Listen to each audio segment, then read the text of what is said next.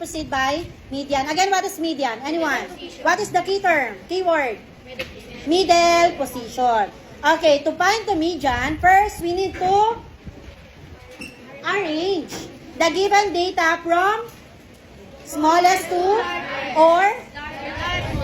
or increasing and decreasing order. After arranging, organize the given data from smallest to largest, identify na yung middle term, and that is the median. Okay, by the way, this is the mathematical symbol for median. Capital letter X, and then parang uod sa taas.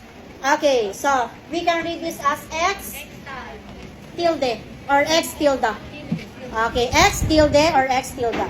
Okay, this symbol is for mean, and this is for median. Okay, so example number 1. So find the median of the age of grade 8 hydrogen. Step number 1, we need to arrange the given data. The question is, naka-arrange na po ba?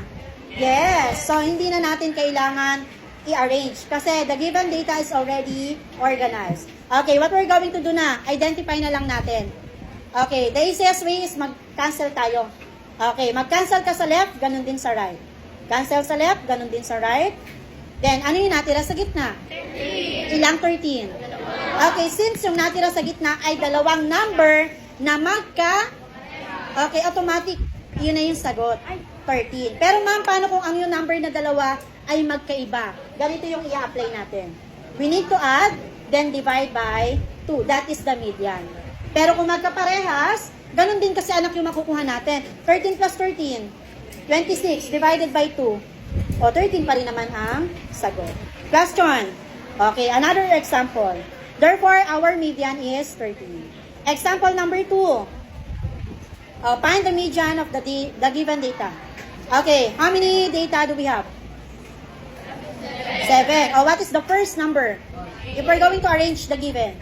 1 followed by?